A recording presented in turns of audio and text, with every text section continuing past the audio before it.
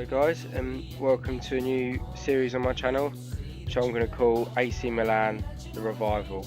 I've decided to call this because on Football Manager 2018 I'm going to be taking AC Milan on a journey, and I'm going to try and bring them back up to what they used to be. It's a club with loads of history, but recently they've been through some pretty rough times, and I feel like it's only right if someone brings them back up to the top, which is definitely where they belong. See, this is the end of the season now, but I'm going to get as far as I can, as quickly as I can, before the next Football Manager comes out. Hopefully we can bring AC Milan back to the top, which is where they belong. Winning trophies, winning the Italy League, and hopefully winning the Champions League one day. So we'll see what happens. As you can see, we're now in. I've decided it's best if I skip all the meetings because no one really wants to watch that. They're quite boring. So the first thing that we're going to do now is see what we're dealing with in terms of the team. So the assistant manager thinks we should be playing a 4-3-1-2, which is interesting. So we'll see what players that can get in these positions. Let's see, the first player we have available to us in goal is obviously Donnarumma, the young goalkeeper. Then we have Abate at the back. Anyone who plays FIFA will know how quick he is. At the back we're going to have Bonucci and Romanogli, that's how you pronounce his name. Left back we're going to have Ricardo Rodriguez.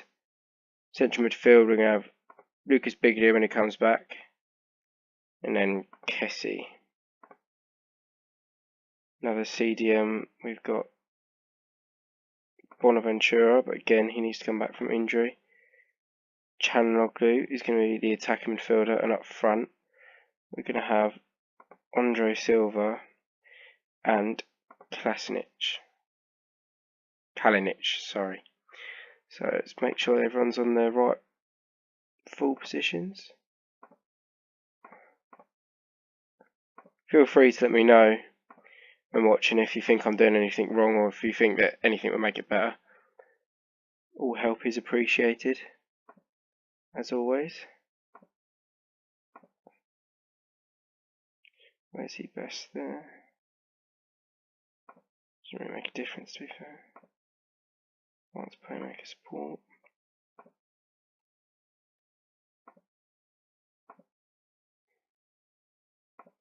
Yeah, the team's starting to look a little bit better now.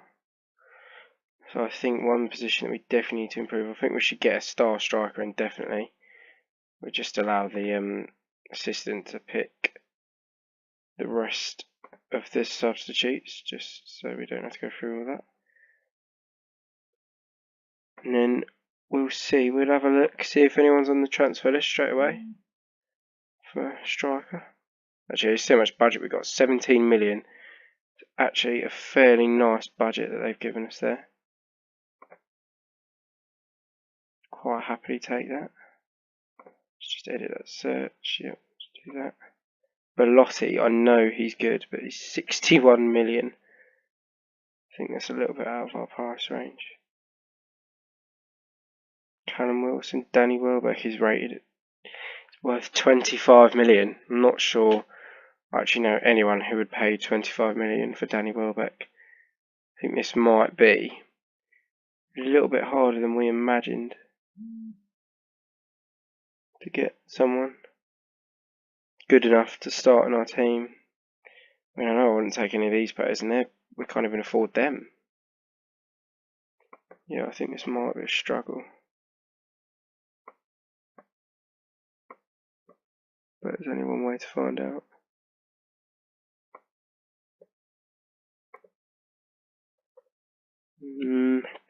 No. No, I think it might be worth just moving on and getting a few games out of the way and seeing how the strikers perform in the friendlies, and then maybe we can improve some other positions. So I'm going to skip the first couple of friendlies now, and I'll show you the results after. Just like to add at the start of the episodes, in this episode I won't actually be playing the games as such. You won't be able to see any highlights, just because I feel like pre-season is not as important as the league games. But as we start getting into the league games, you will be seeing the highlights and game in general, so don't be put off, and you will get a more entertaining view of the game, not just me talking afterwards. As you can see, I've just submitted an offer for Marouane Fellaini on loan from Manchester United. I've done this because I thought the sort of central defensive midfield role it looks a little bit weak, and I feel like if one player gets injured, we could be in trouble because there's not many high-rated players to replace them. So I feel like the addition of him on loan will, even if he's just sitting on the bench, it will be comfortable because we know we've still got someone of good quality to come and back up. So that's the first bit of transfer news that I can bring you so far. The offer for Fellaini has now been accepted, and he's currently rated at 3 stars, so he may even fit into the first team, but we'll see. I think I might start him in the friendly and see how he performs, and then we never know. We can only wait and see. As you can see, that's the first friendly done against Olympique Lyon. It was a fairly comfortable win. I'd say the stats are a little bit unfair on our side, but you can't lie. The only stat at the end of the day that wins your games is goals, and we got more of them. So that's a very good result for us. First game of the season. New signing Fellaini. He had a 6.7 rating, so it's the best out of all the other midfielders. So it's a good start for him. Good start for the season. I'll get back to you after the next friendly. So unfortunately, our third friendly has ended in defeat.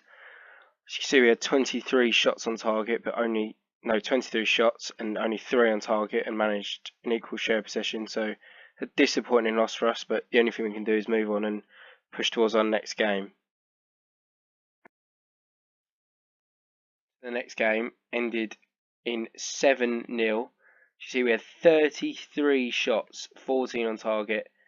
Atlas de Liboa, the team we were playing, I've never heard of them, had 0 shots on target. We had 14.